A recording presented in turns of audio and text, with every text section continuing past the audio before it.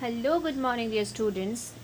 In this chapter, Elements, Compounds and Mixtures, we are going to deal with the separation of solid liquid and mixture separation. The first is going to be the sedimentation and decantation. Such mixtures can be homogeneous or heterogeneous. Different methods are used depending on the type of mixture. The settling down of suspended insoluble heavy solid particles in a solid liquid mixture when left undisturbed is called sedimentation. The solid which settles at the bottom is called sediment, while the clear liquid above it is called the supernatant liquid. The process of pouring out the clear liquid without disturbing the sediment is called decantation. Example, in a mixture of rice and water, the rice settles down at the bottom and pouring of the liquid in a different container, it is called the decantation.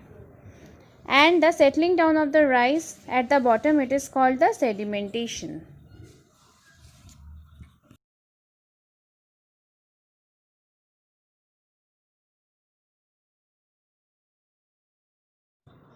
Filtration, the process of separating insoluble solid particles from a liquid by allowing it to pass through a filter, it is called filtration. This process is used for separating the components of heterogeneous solid liquid mixture in which the solids are lighter and insoluble in liquids. The substances that can be used as filters are a layer of sand, charcoal, cotton, glass, wool, unglazed porcelain, filter paper, a dice of muslin cloth, etc. These filters allow liquids to pass through them but not solids. The insoluble solid left on the filter is called the residue, while the liquid which passes through the filter is called the filtrate. Mixture of chalk and water, clay and water, tea and tea leaves, sawdust and water, etc. are separated by this method.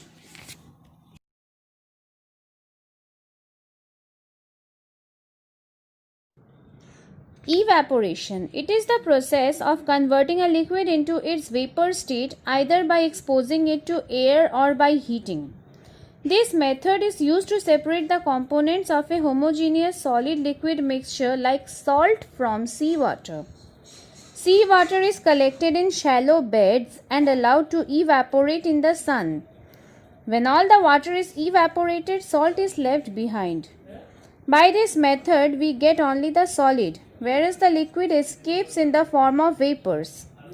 From separating a solid from its solution, we usually evaporate it until whole of the liquid escapes in its vapor form. Crystallization. Here in this picture you can see how a liquid that is clear, it turns something is there into it. The particle, it is crystallizing there. So crystallization is a process in which slow evaporation of a solution containing more of the solid component is done. Pure sugar is obtained from its solution in water by the process of crystallization. At first, sugar solution is heated to evaporate water at a faster speed. When very less of water is left, the solution is cooled. On cooling, sugar dissolves in it, starts separating out in the form of crystals. Crystals are the solid particles with definite shape and size, and they are lustrous, that is shiny too. Sugar particles are cubical and they shine.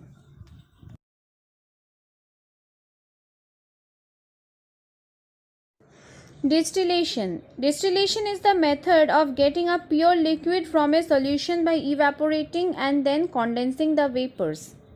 When the solution is heated, the liquid component of the mixture evaporates in the form of vapors. These vapors are then condensed back into the liquid from which is very pure, and it is called as distillate. Tap water, which is a mixture containing dissolved salts, is purified by distillation. The pure water so obtained is called distilled water.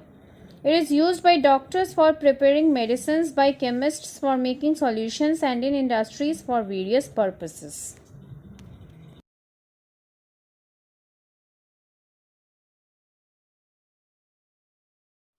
Centrifugation. It is the method of separating solids from liquids where the mixture is homogeneous. This is also called churning. In this diagram, you can see a modern centrifuge machine in which the microscopic components like that are present in our cells are separated using this machine. This is an example. But this is also called centrifuge. This mixture is placed in the centrifuge tube and rotated at a high speed, due to which the heavier solid particles or the high density particles move towards the bottom and the light solid particles, that is the low density particles, float on the liquid. This results in the separation of substances of different densities. Before centrifugation, you can see the particles, but after centrifugation, you can see the heaviest particle at the bottom and it is followed by the lighter particles on the top. Example, cream is separated from milk by this method. At home, we use mixtures or traditional churners to separate cream from milk. This process is even now used in dairies. In washing machine, this principle is used to squeeze out water from wet clothes. So this is all for this video, students. Thank you. Have a nice day. Bye bye.